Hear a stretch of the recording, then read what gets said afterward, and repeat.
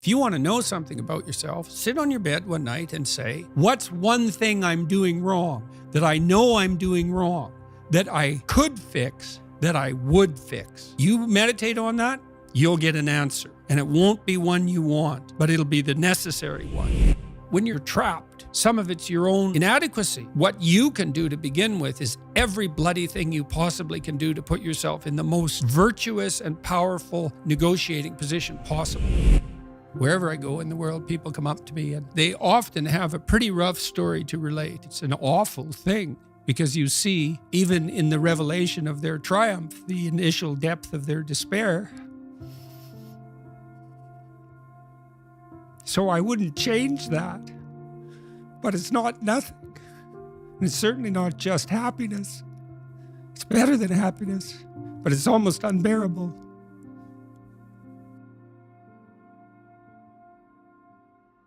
Quick one, can you do me a favor if you're listening to this and hit the subscribe button, the follow button, wherever you're listening to this podcast? Thank you so much. The conversation you guys have been waiting for.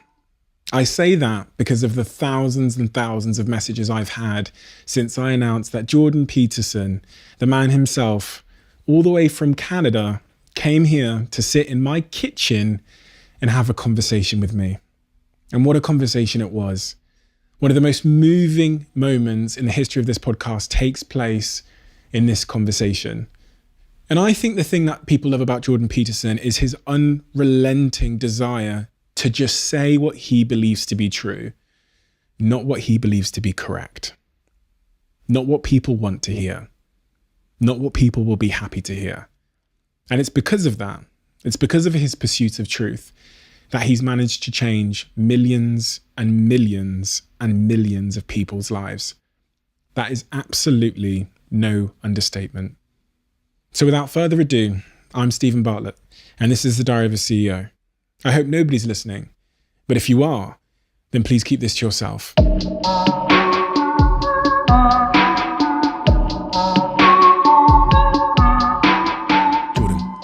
First, I feel like I owe you a debt of gratitude, and I want to say thank you for the impact you've had on my life. And I'll point at the specific impact you've had on my life. And you asked me before we started recording why this podcast had been successful. One of the reasons is actually something I've gained from reading and listening to your work, and that's this real commitment to trying to be your true self and trying to be your truth. This podcast wouldn't be successful, and I wouldn't have been successful in terms of pursuing myself had I not understood the importance of truth across all facets of life and in my relationships, which was a real pivotal thing for me. Mm-hmm. And that's thanks to your work. So what's changed in your relationships as a consequence of that? So I believe it's really difficult to truly connect with someone if you're not speaking and being your truth. And I wasn't. I think I was wearing a mask in my relationships in the context of I didn't express how I was thinking and feeling. I was trying to be who I thought my partner wanted me to be. And at the point when I let down the mask and I started speaking my truth, actually, as I was departing from the relationship got stronger than ever before. And it was like we were never actually connected until I was being true with her, with my feelings, with what I wanted, with my life. And since then, I would categorize my relationship as being the strongest thing I've ever seen in terms of a romantic connection with someone. And so when you were starting to talk in your relationship in a more truthful manner, what did that mean that you had to admit? I mean, you just said that part of it was a disconnect between who you were trying to be and who you really were. So that's a persona issue, right? So you think maybe, and everyone has this proclivity to some degree, is they're deeply self-conscious and uncertain.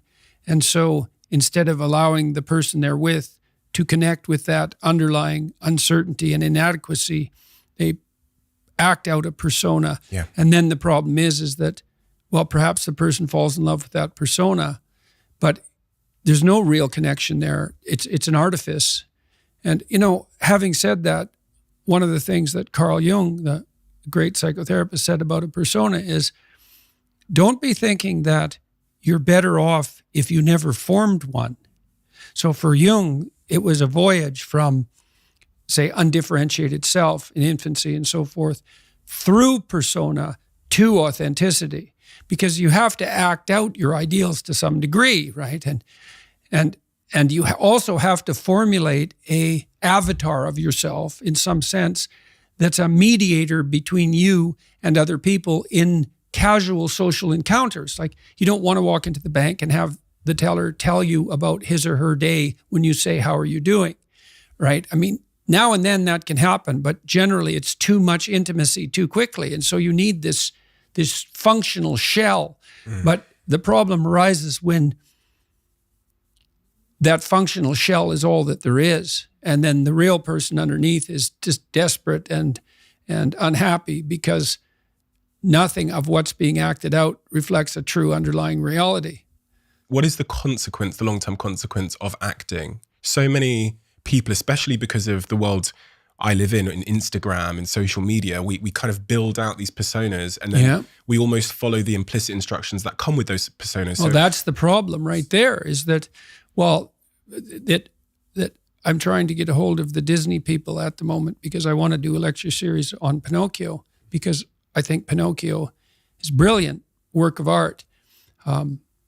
And if you're a puppet and an actor, and Pinocchio is both at times in that movie, both a puppet and an actor. So why an actor? Like, why is there something wrong with being an actor? Well, the first question is, well, who sets your role? And then the second question is, who's pulling your strings? So you've put on this front that is there to make you popular and sexy and desirable and to mask from yourself your own inadequacies. But that's a role. Well, who wrote it? And for what purpose? And so Jung said, for example, that we all acted out a myth, and whether we knew it or not. And, maybe you're acting out a tragedy. Maybe you're acting out Narcissus. You don't know, because you've put that on yourself in an attempt, in some ways, to deliver to people what they want, or more accurately, to look as though you're delivering to people what they want. And it's not nothing to do that, right? Because at least you're attempting, in some sense, to adapt to the social world. Someone who's really infantile and dependent, someone who's never left home, part of their problem is that they haven't crafted a persona. So you don't want to denigrate it entirely, but it's no substitute for the real thing. And it turns out that not only is what we want from each other the real thing, but that's also the adventure of your life. And so if you aren't truthful, and that means, unfortunately, especially at the beginning, when you start to be truthful, it means deeply coming to terms with your inadequacies in humility. So it's very painful. Without that, you don't have the adventure of your life. You have the role that you've acquiesced to. And that'll take all the meaning out of your life. The adventure of your life. You say, imagine who you could be, and then aim single-mindedly at that. Mm-hmm. I encounter these young people who appear to know who they could be, or they've imagined who they could be, but for whatever reason, they seem to choose the certain misery of their current situation, the job that's sucking their soul out, or that relationship, over the uncertainty they'll encounter as they go on the adventure of their life. So what would I say to these young people who always say to me, Steve, I want to do this, but you can see them stifled by fear, because it's like... it's like, make a plan, man. So when I was doing my clinical work, which I did a lot of career work with my clients, both at a beginner level, I would say, like really a beginner level, with people who had no employment whatsoever, no history of employment, who were undereducated and who lacked every skill you could possibly imagine. So these were people who were really in dire straits, up to people who were operating at the top of their profession, but who could still strategize forward. And so, for example, let's say you're at a dead end in your job. Okay, so I don't find my work meaningful. All right, so that's a problem statement. It's like, well, why not? I find the work I do repetitive and boring and without spirit. I have a bad relationship or a neutral relationship with my boss who doesn't know who I am. I have problems with coworkers. All of that needs to be differentiated, right, and analyzed in detail. So we might say, for example, let's say you believe that you're undervalued at work, and maybe you are.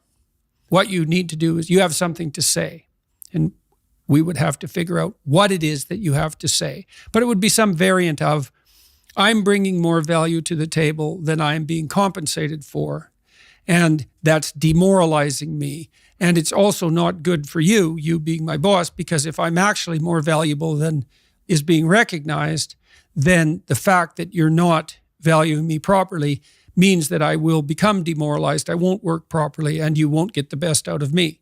So it's bad for both of us. And if your boss is in principle not amenable to such a discussion, then what you should seriously consider doing is finding another job.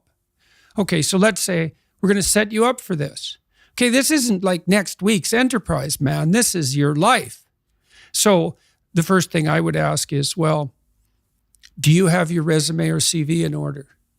Well, I haven't typed it up for 3 years. Well, what do you think about bringing it up? Well, I'm pretty nervous about that because there's some holes in it. And, I didn't do so well in college and I'm kind of embarrassed about my resume. It's like, okay, bring it in. Let's go through it. Let's at least update it. Let's look where the holes are. Let's look at where the inadequacies are as far as you're concerned, right? This isn't my judgment. It's your judgment. Let's walk through those judgments and see if they're warranted, because maybe you're just too guilty and ashamed and self-conscious and anxious, and you're looking at your resume more critically than someone else would. And maybe there's some holes that you need to rectify. You were 2 courses away from your BA and you dropped out or something like that. Well, maybe we need 6 months to address that. And at least, even if you can't be fully educated, you could be taking some courses online. And so when you went to a new job interview and they said, what about this hole? You'd say, well, I came to terms with that 6 months ago, and in an effort to rectify it, I'm taking the following courses, and here's my plan for completion.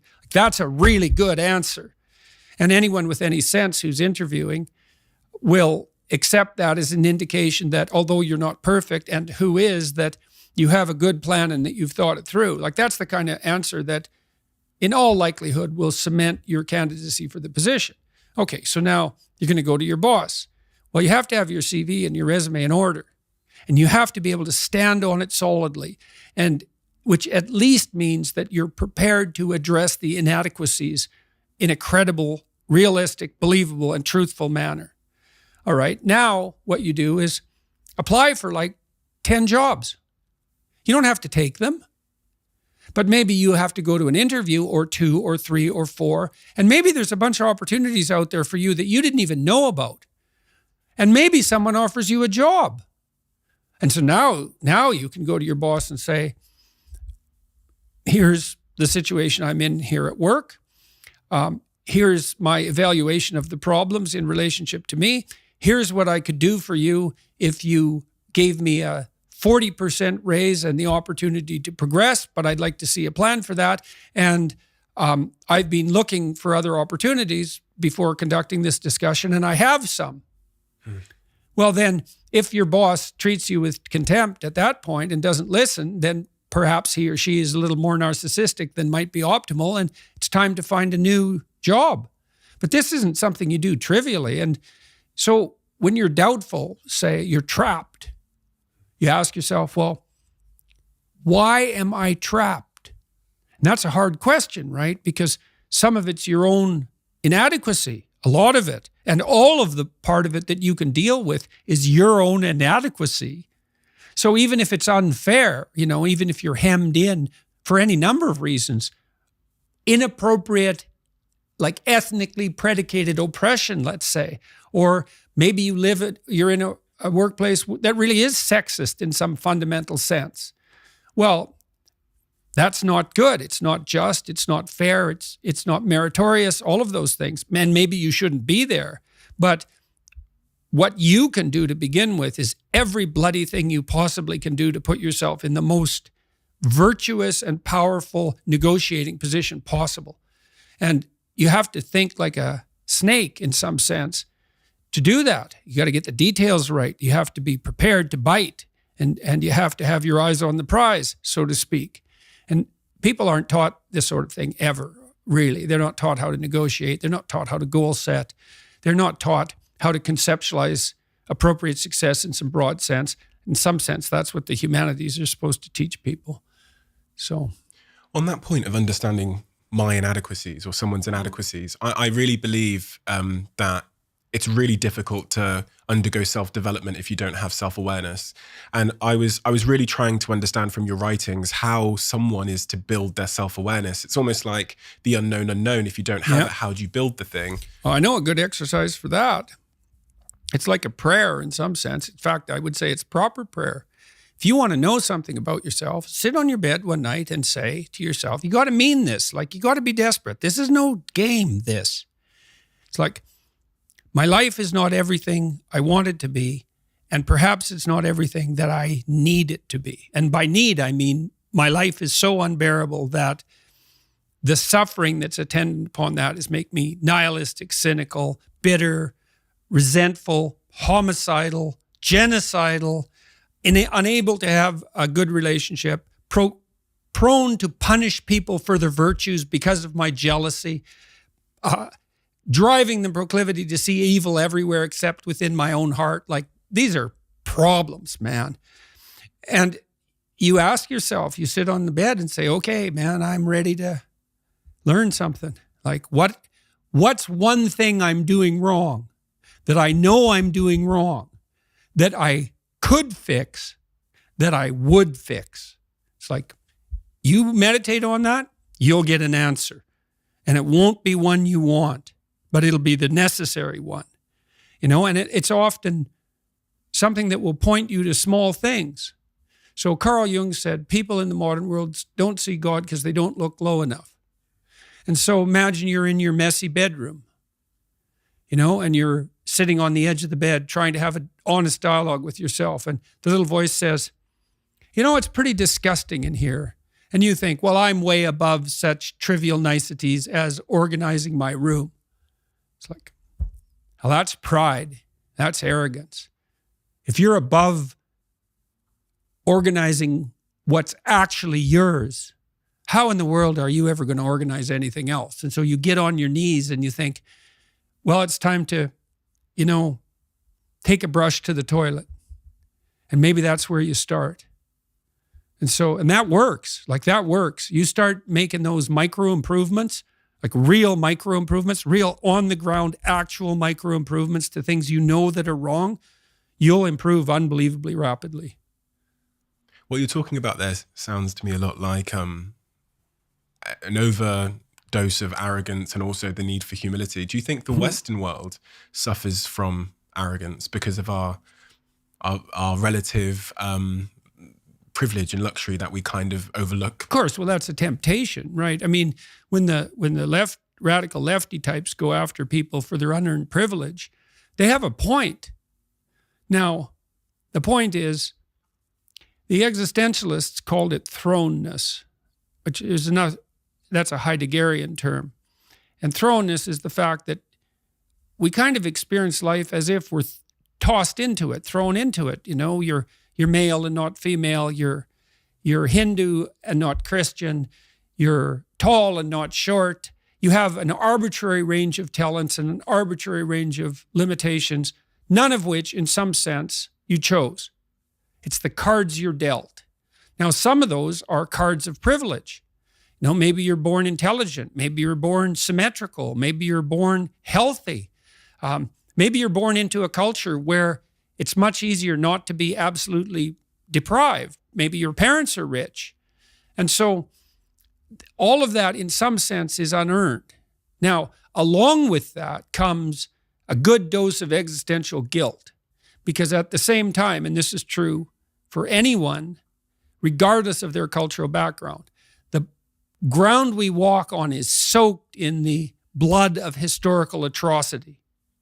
And so that's on you because, people think, well, who's the Nazi? Well, it's the fascist, or who's the radical communist? It's the radical left-wing ideologue. And the fundamental truth of the matter is that's best dealt with as a spiritual matter, is the adversary is within, really, most profoundly.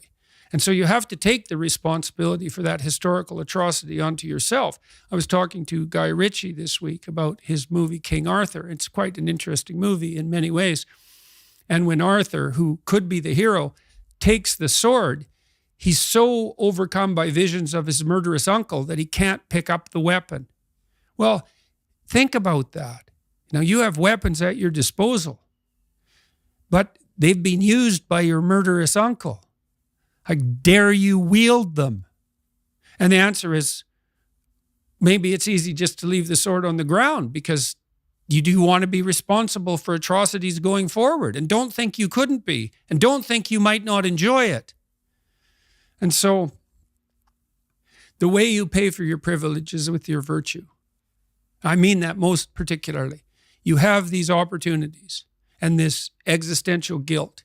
And the way you expiate that and atone is by doing your best to live the best possible life you can manage, to speak the truth, to treat people with respect, to abide by the principles of the dignity of the individual, and to put your house in order. And that's how you pay for your unearned privilege. All of us. And we all have our privileges and our curses, you know. All of us have that. That's why it's not useful to be envious of people. You know, you're a young man, you see someone drive by in a Ferrari with a blonde, and you think, my God, he's got everything. And, you know, the woman in the car is a prostitute who's got a cocaine addiction, and her life is just one catastrophe after another. And he's had to lie and cheat his way into this position, and he's afraid that everything's going to come crashing down on him, and that's what you're jealous of. And it's just not that profound. You don't want someone else's fate. Man, your fate's enough, and your adventure's enough. It's plenty. It's more than you can ever fully realize. And so that's also part of the reason that we all believe that the individual has some intrinsic dignity. It's don't be so sure that your position and your room is so damn trivial. It might be your attitude towards it that's trivial. And if you're in dire straits and dire circumstances, just look at how much opportunity you have to make things better. So, not that it's easy. You don't even want it to be easy. So... On that point of you don't want it to be easy, I've really contended with this idea of struggle and chaos in my life and the role it plays. And once upon a time, I thought I was trying to rid my life of chaos and struggle. Mm-hmm. I thought that's why I was trying to get rich and get the Ferrari and the blonde. I thought that would create a life free of struggle. But then I looked at some studies and I heard about this thing called gold medal depression, when Olympians come back from the Olympics and they've lost orientation. And then the day when someone offered to buy my company for a nine-figure number, and it filled me with this emptiness and this dread. And I tried to understand the role that struggle would have to play for me to be a fulfilled human being for the rest of my life. The observation with regard to your company, that's a great observation. I mean, we're built to walk uphill, and when you reach the pinnacle of the hill, you want to stop and appreciate the vision, but the next thing you want is a higher hill in the distance, because it's the uphill climb that it's from the uphill climb that we derive our value. And I mean this technically. So almost all the positive emotion we feel, especially the emotion that fills us with enthusiasm, and that's to be filled with the Spirit of God, by the way, because that's what enthusiasm means. That's experienced in relationship to a goal.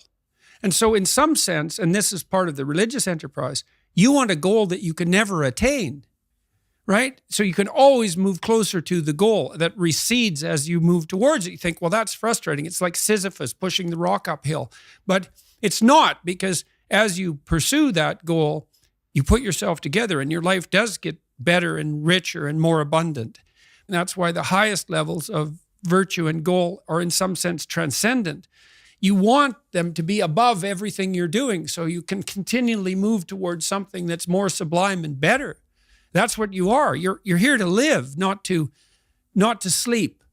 And the problem with the vision of Mai Tais on the beach is that, well, first of all, that's a vision of drug-induced unconsciousness. Second, it's only going to work for about a week. Third, you're going to be a laughingstock in a month and depressed and aimless and goalless. You want a horizon of ever expanding possibility.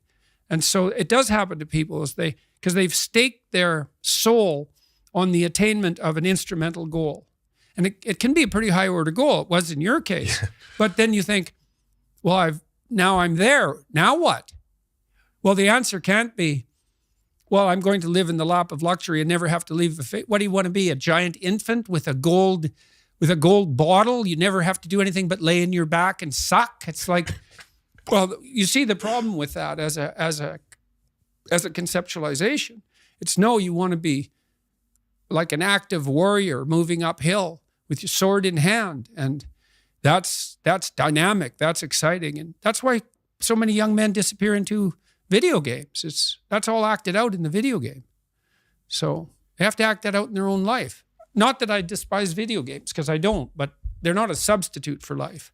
They might be good training under some conditions for life. So one of the things I was also really, really keen to ask you was about the what's happened in the world over the last 2 years. One of the shifts we've seen in the business world is this move to remote working, and I hate it. And I hate it for a variety of reasons, because I feel like there's very few institutions in my life where I have a chance to meaningfully connect with people. Dating has become screens, socializing has become screens. And the office, the institution of the office in my life was one of the places, especially as a younger man, where I got to meet pretty much 90% of my current best friends and also partners. And I really worry about sitting behind a Zoom doing my work for the next 10 years. What is your take on remote working? Well, I like it and I don't like it.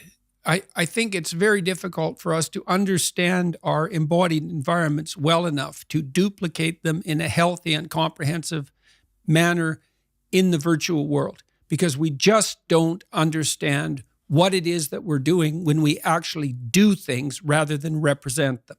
So, for example, I've thought a lot about online university. Okay, so then you could imagine, well, you can certainly imagine online lecture courses.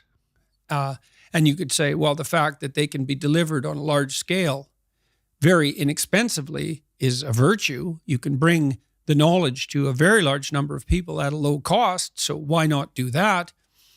And so that's half the university. And then you could say, well, imagine that you generated a system of universal tests, which is possibility, and that means you could bring accreditation to everyone at a low cost as well. And that's that. University's online. But that presumes that you know what the university is, and you don't. Because, well, here's some other things the university is. A credible excuse that's socially sanctioned for young people who have not yet established a career goal to adopt an identity of upward striving for 4 years away from their parents while they meet a new group of friends. Like, that might be 90% of the university for all we know, because it's certainly, for me, for example, when I went to college, I left home when I was 17, and I left this small town I had grown up in, and in many ways, I left the peers that I had been associating with. Now, a couple of them came to college with me, so I had a toehold there. But I made an entirely different group of friends, and they were friends whose goals were quite radically different from the friends that I, let's say, in some sense, left behind. Well, the reformulation of my peer network might have been the most important part of the first part of my education. Now, I was fortunate at this place. It was called Grand Prairie College. I had 7 professors, 7, which is really good, who really loved to teach. And so I also learned a lot in the formal sense. But while I was doing that, I was also negotiating, well, how much partying do you actually do? Because 0 isn't the right amount, but every goddamn night till 3 a.m. isn't the right amount either, because you have to balance that in some sense with practicality and upward striving. And so, and how do I live with other people, my roommates? So I had one roommate who's a really good friend of mine still, and he walked 1,000 miles with me this year when I was ill, literally. So I really liked living with him because he was a tough guy, worked in lead smelters, and he was a cowboy, and he was a tough guy, 4 years older than me, about 3 years older than me. He'd come back to school after bouncing around through these like tough working class occupations, and he had his feet on the ground in lots of ways. And I really liked him as a roommate because I'd buy some groceries and then he'd buy some groceries, or I'd make dinner and he'd make breakfast. And none of that was ever explicitly negotiated. he was just very aware of this reciprocal altruism, technically. He was very good at, we were both good at tracking our mutual obligations and fulfilling them. So we had a very peaceful relationship. I lived with him for a year and then a little bit at different times and in different places. And I learned to live with a whole variety of roommates. I had many roommates.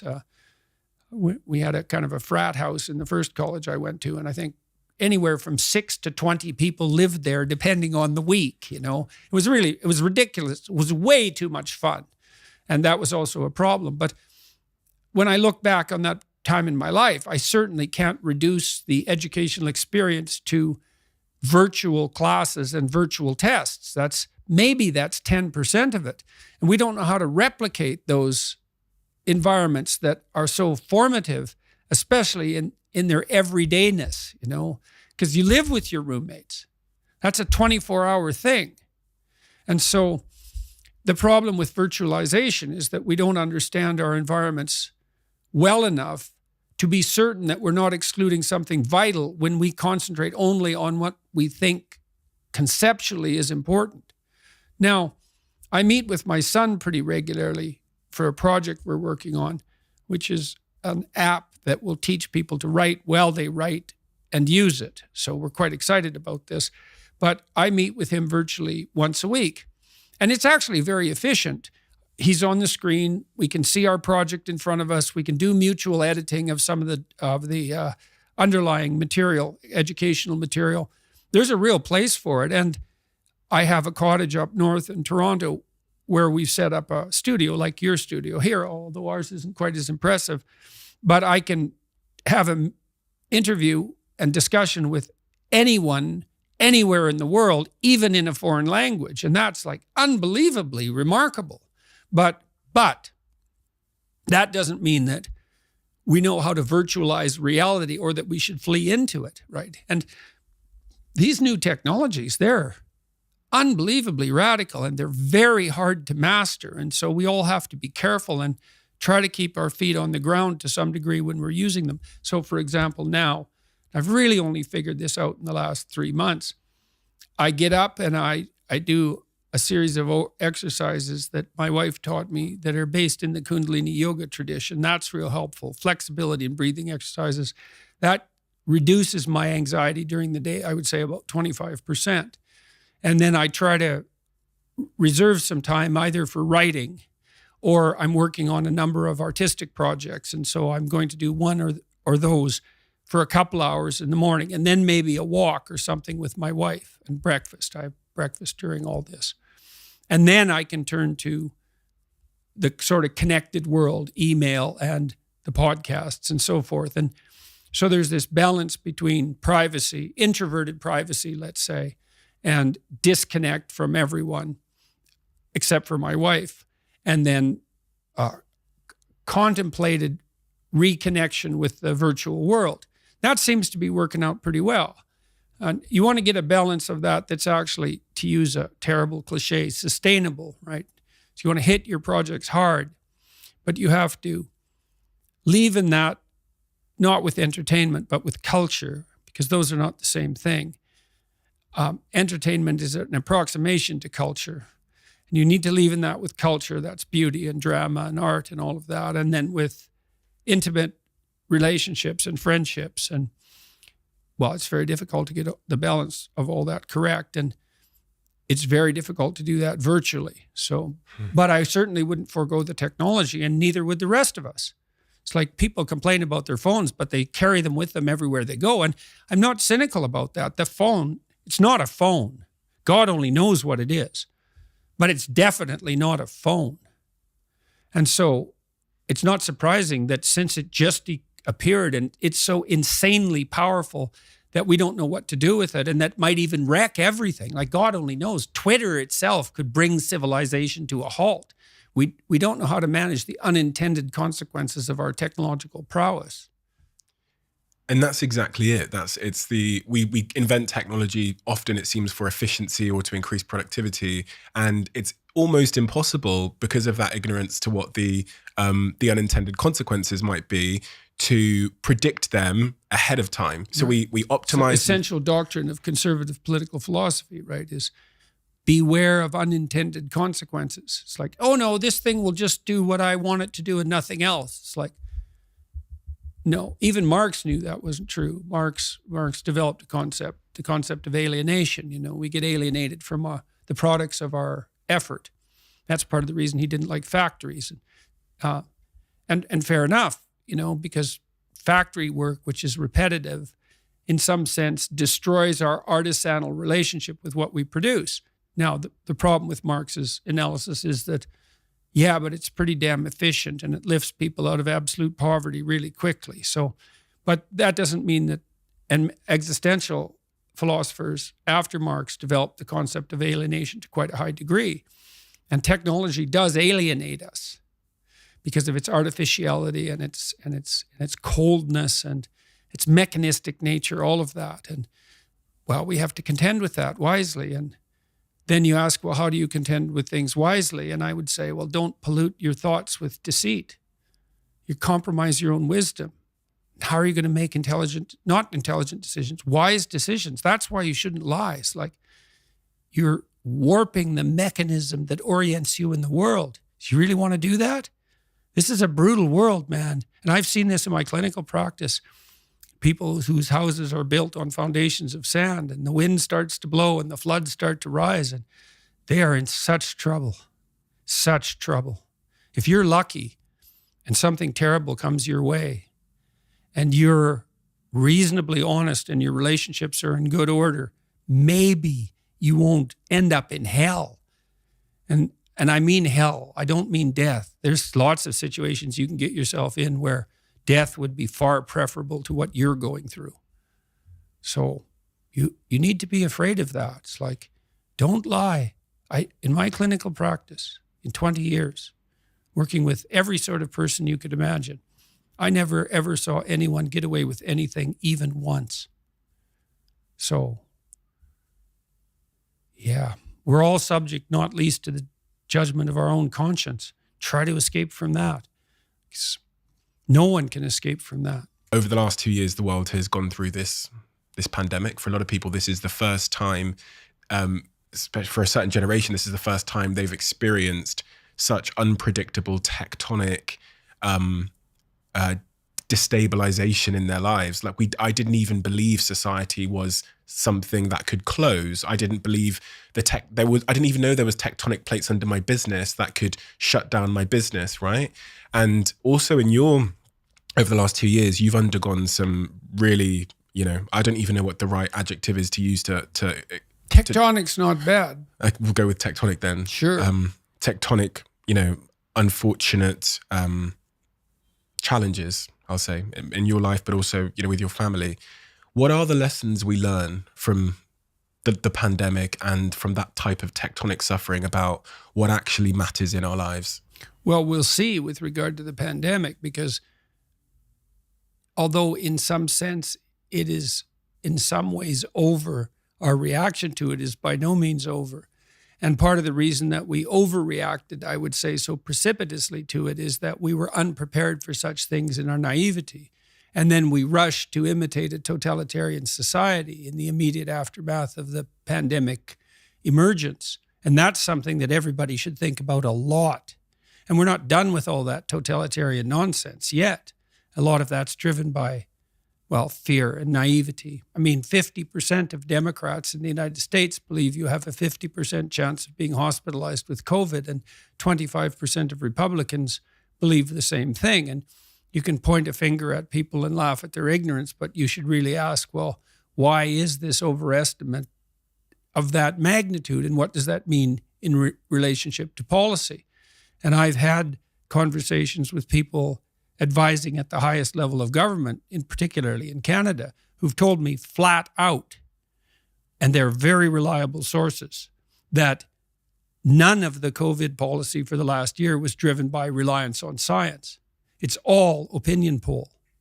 And that's really pernicious because, who's asking the questions, and how did they set up the answer, and who's answering, and in what emotional state? And so to what degree are we led by considerations of short-term propitiation of unwarranted fear.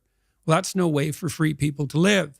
It certainly won't work in the long run. We're already seeing tremendous supply chain disruptions and likely the emergence of an inflationary pressure that we haven't experienced since the 1970s in the aftermath of the oil shocks. And none of that has sorted itself out yet.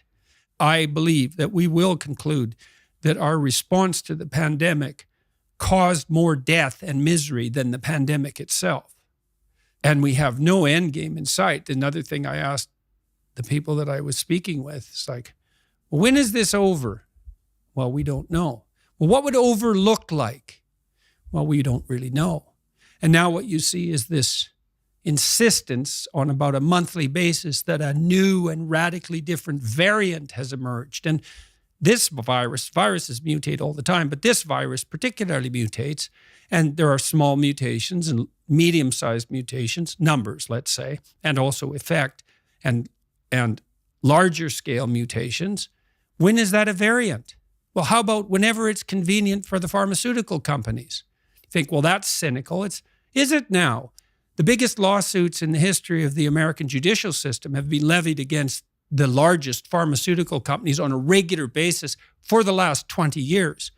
And since when has it been a proposition of the political left that pharmaceutical companies necessarily have our best interests in mind? Now, I'm not particularly cynical about pharmaceutical companies. I think they have a hard job, both in terms of research and development and marketing and sales. And they're going to do what they can to market and sell. But that doesn't mean that they are now to be the arbiters of all public policy, because our politicians are too cowardly and incompetent to do anything but devolve their responsibilities to so-called experts, domain experts. Politics is not public health. That's medicine. Politics is the art of analyzing the entire situation and charting a course forward, all things considered. And for politicians to trot out the experts and say, follow the science, just means that they've abdicated their own responsibilities. And I think it's appalling. I mean, I'm not convinced that the evidence that masks work is scientifically credible. It's certainly at least doubtful. And that's just masks. I read a paper the other day suggesting that to prevent the transmission of one case of COVID, you have to lock down 1,000 people. Like, how is that justifiable? Especially given that the mortality rate of COVID is actually quite low, unless you have a pre-existent health problem, particularly obesity, and although old age also qualifies, as it does for most diseases, but not all. And with regards to, let's say, the issue of child vaccination, it's like children have an unbelievably tiny chance of dying from COVID. I don't think there's any scientific justification for immunizing children under 12. Now, at least it's debatable, and I'm not a domain expert, although I'm a decent scientist and I know how to read the research material. And so,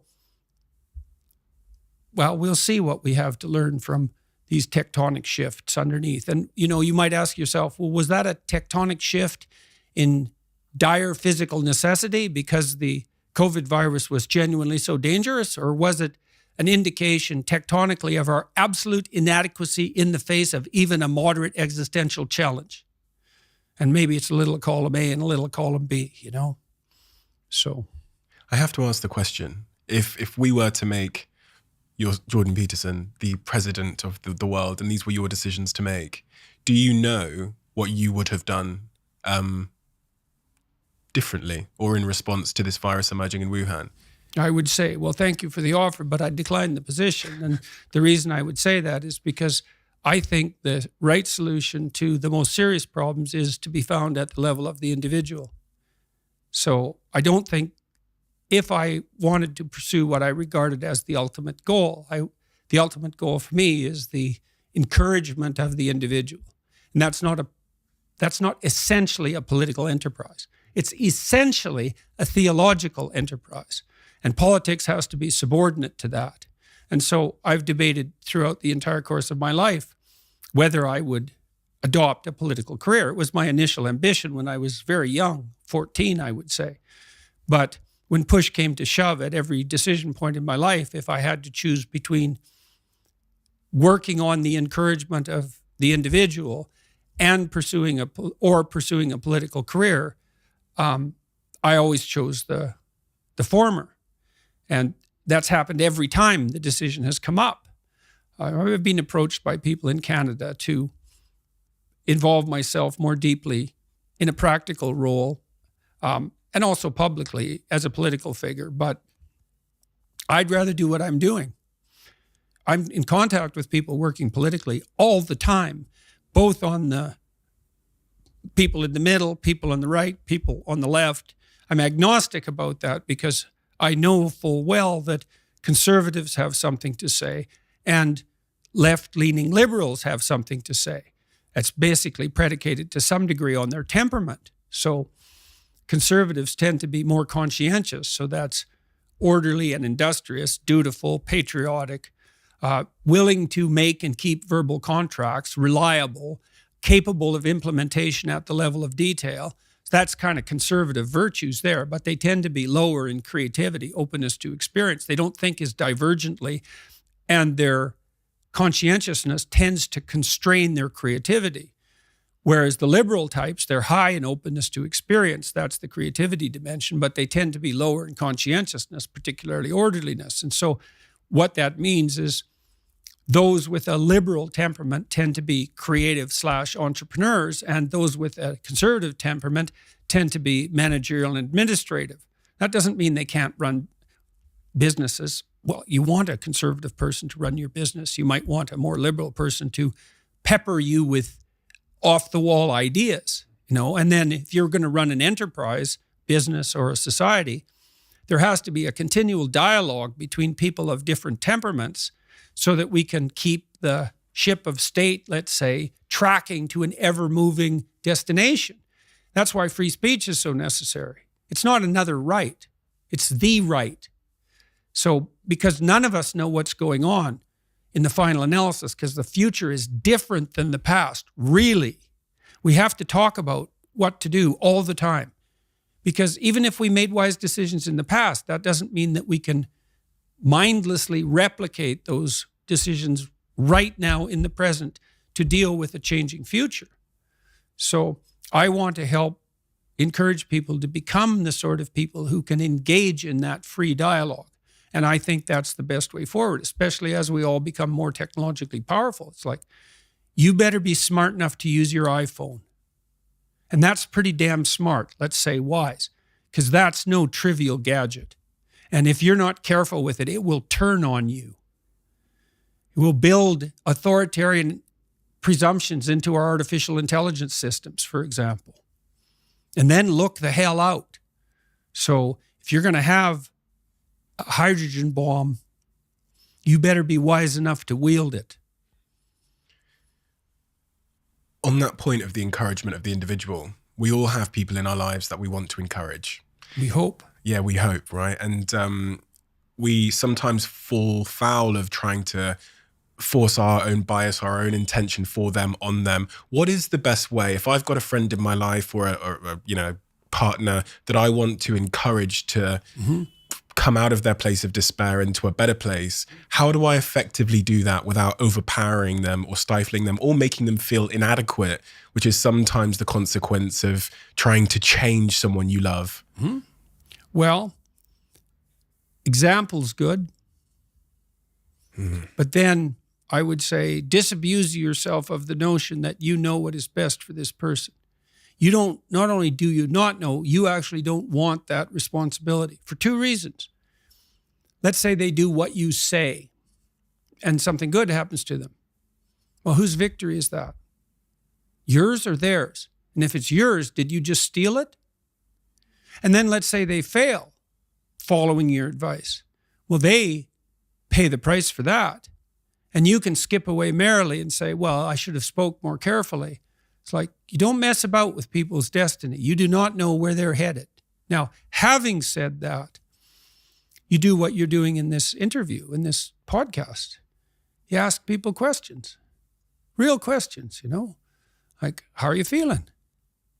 Oh, I'm not doing so good today. Well, what's up? What's going on?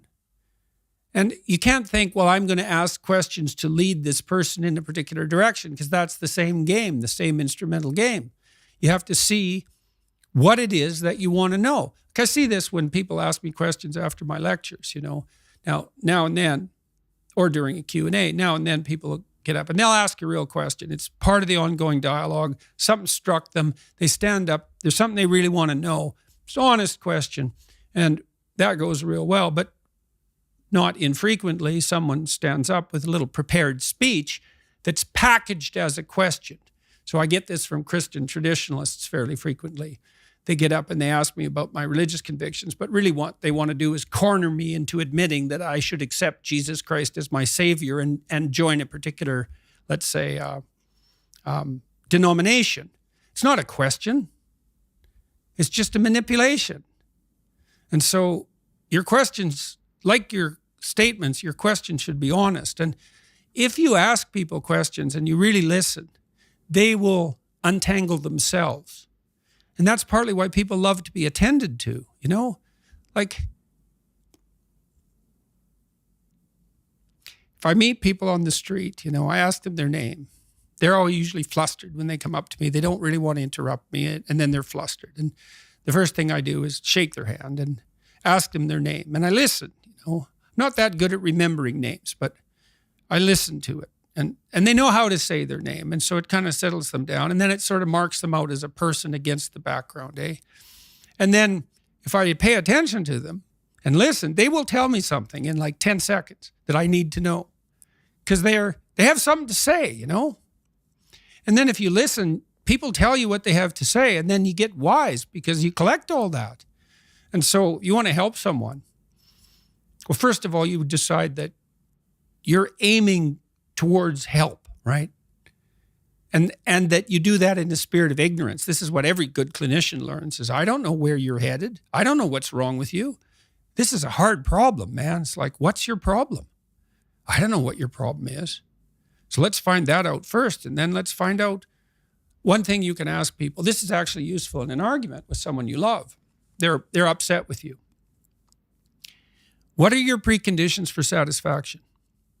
Now, I wouldn't state it like that. It's like, if I could give you what you wanted right now in the context of this argument, and I wasn't doing it in a manipulative way, what is it that I would have to say or do that would in principle satisfy you? And that's a hard question, And the person might say, well, I think you should apologize and about this. And, and then I will say, what words should I use? And they'll say, well, if you loved me, you'd know. And I would say, no, I'm stupid and ignorant, and I don't know what the right words are to satisfy you. So why don't you give me a hand with that, and I'll utter them inelegantly and awkwardly in a good faith demonstration of my commitment to peace. And that won't be so good because maybe it would have been better if I came up with it myself, but maybe next time I can do slightly better. And that works. It requires the person who's after you to think through the question even of whether there's anything that could be said or done that would satisfy them. And if the answer to that is no, well, probably the relationship is over. But certainly the person that they're accusing has been put in an absolutely impossible position. But usually, almost inevitably, if the person meditates on it for a bit, there is something that would satisfy them that can be negotiated, as long as they're willing to give you the opportunity to do it, stupidly and badly. So, listening, man. Jimmy Carr, I talked to Jimmy Carr 2 weeks ago, the famous comedian. Yeah, it was real interesting. He said comedy is the most dialogical of the entertainment forms. And I thought, well, what do you mean by that? Because you're just, it's a monologue, right? Now, I do monologues, but I pay attention to the audience, right? I'm always talking to individual people in the audience and watching their reactions and listening to the audience as a whole. So even though it's a lecture, let's say, or a talk, I'm watching the audience and responding. So we're in a kind of dance. Well, Carr pointed out that comedians, before they hit the road, and this is virtually invariably the case, they have their new routines. So their corpus of potentially funny jokes. And then they do 200 shows in front of small audiences. And the audience either laughs or doesn't. And if you're listening, you collect all the jokes that people laugh at. If you do that 200 times, you have nothing but hilarious material. But you listened. And then you can go out on the road. And that was very interesting to me because humor is a mysterious phenomenon, experientially and conceptually. And it's sort of precognitive and instinctual, but it's also extremely sophisticated. And there's an element of transcendence about it, right? Because you can laugh at yourself. And that's in some sense the highest form of humor. And so it's so interesting that we can criticize and elevate ourselves at the same time, and that we find that intensely pleasurable. And so a good comedian collects ways to do that, shares them with the audience, and he's listening. And so if you want to help someone, the best way to help someone is not to give them advice, but to listen to them. So I had a guest actually come on this podcast before Jimmy Carr. Jimmy Carr was on 2 weeks ago, and we had a great conversation about happiness and the nature of happiness. And the guest before Jimmy Carr wrote in my diary, which is a tradition we have now where all the guests that come on write a question for the next guest. So there is a question in there for you. But the guest wrote a question which changed his life, which is, are you happy? And I, from reading your work and understanding your position on happiness and it not being the thing to aim for, which really struck me because I thought, I thought life was the North Star of our lives was to try and be happy. I guess my question is, what I was going to ask you that question. Aim to be good and pray for happiness. So the question I was going to, is pretty much that is, what is a better question for me to ask you if I'm checking in on you? Because we asked that question with good intentions. Are you happy? What's a better question for me to ask Jordan Peterson? How are you doing? How are you doing? How are you doing?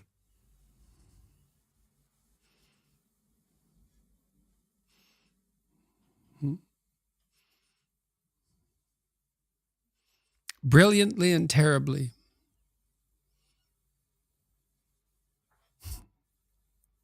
That's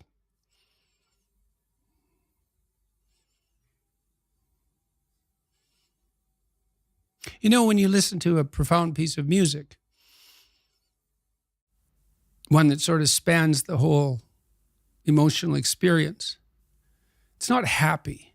Happy is elevator music, and probably you just shouldn't listen to that at all, right? And you think, why? Well, it's harmless, it's treacly, it's sweet, it's simple, it lacks depth, it's shallow, that's a problem. It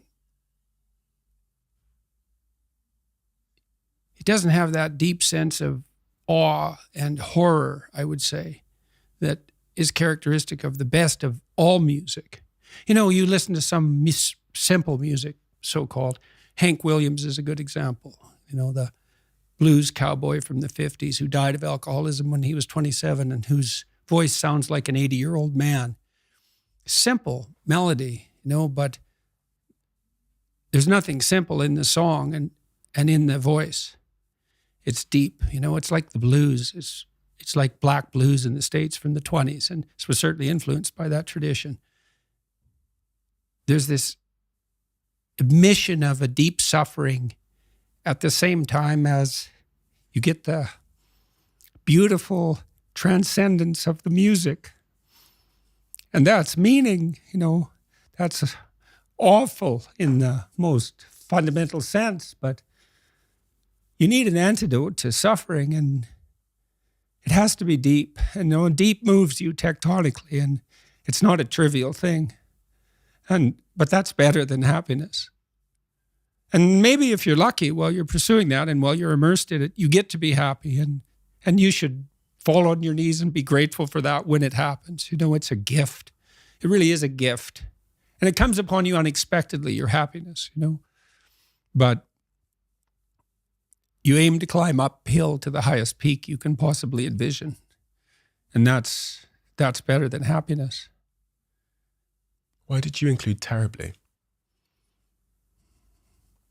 Well, for example, now when I go, wherever I go in the world, people come up to me and they're usually, I wouldn't say they're happy to see me. They're often in tears, and they often have a pretty rough story to relate. You know, they were suicidal or nihilistic or homicidal or trapped, desperate, you know, and they tell me that real fast. And then they say, I've overcome that to a large degree, and thank you for that. And you think, well, that's really something to have that happen over and over. In some ways, you might think, well, how could anything better possibly happen to you than to have people come up to you all over the world, strangers, and open themselves up like that, like they're old friends so quickly. But at the same time, it's an awful thing, because you see, even in the revelation of their triumph, the initial depth of their despair.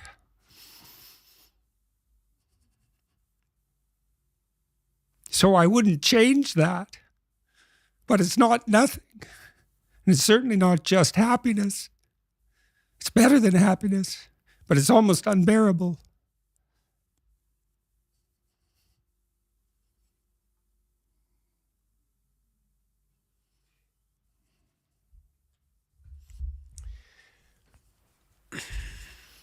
God, tears again. It's been quite 2 weeks in the UK. It's been amazing. It's been amazing. Such a great country, this country. It's such a profound place. And it was so wonderful to see Cambridge and Oxford and to be welcomed by the students. And I saw the queues around the block and the reaction you got. I watched the talk in Cambridge, and it was so wonderful to see, because I know that you don't do what you do for credit. That kind of seems to be, the antithesis of the pursuing your truth and doing it in the cause of truth. But it was so wonderful to see someone that I know has had such a profound impact on so many be received in such a way. We have a closing tradition. Okay. One of the, I don't normally do this, but one of the really great CEOs in our country, a young guy, has built a multi-billion-dollar company, really great guy, sat here yesterday, and I actually told him for the first time who he was writing the question for, and I couldn't believe his face. Oh my God, that's the one person I want to have dinner with. This is probably the most successful young person in our country. And so he knew who he was writing the question for. So the question that the previous guest wrote is, why do you do what you do? to see what will happen. Some programs you cannot predict, right? You cannot predict how they're going to end. You have to run them. Well, I believe that truth will save the world. I believe that. So you speak truthfully and you watch what happens and you take your consequences, and maybe you hope and have some faith that in the final analysis, things will work out in your favor, but perhaps they will and perhaps they won't. But that's faith, eh? That's faith. Faith isn't believing in things you regard as ridiculous, sacrificing your intellect. It's a decision, Will truth, beauty, and love save the world? Well, you can find out. Thank you doesn't seem to quite cut it for the impact you've had even on me, and also for giving me your time. I know you understand the tremendous value of time. I've seen it so much in your work. So I'm going to say thank you, but I'm also going to make a commitment to do something which I think is more important, which is just to be truthful. And I think with the platform I have and the years I have ahead of me, maybe that's the greatest good that I can do to the world. So because you've come here, that's a pledge and a commitment I want to make to you as my highest form of thanks that I can give in a karmic way. Hopefully that will make the world a better place for everybody. Well, at least it will help ensure that you won't make the world a worse place. Thank you so much. Thank you. For everything. Thank you. Much appreciated. A huge honor. Thank you so much.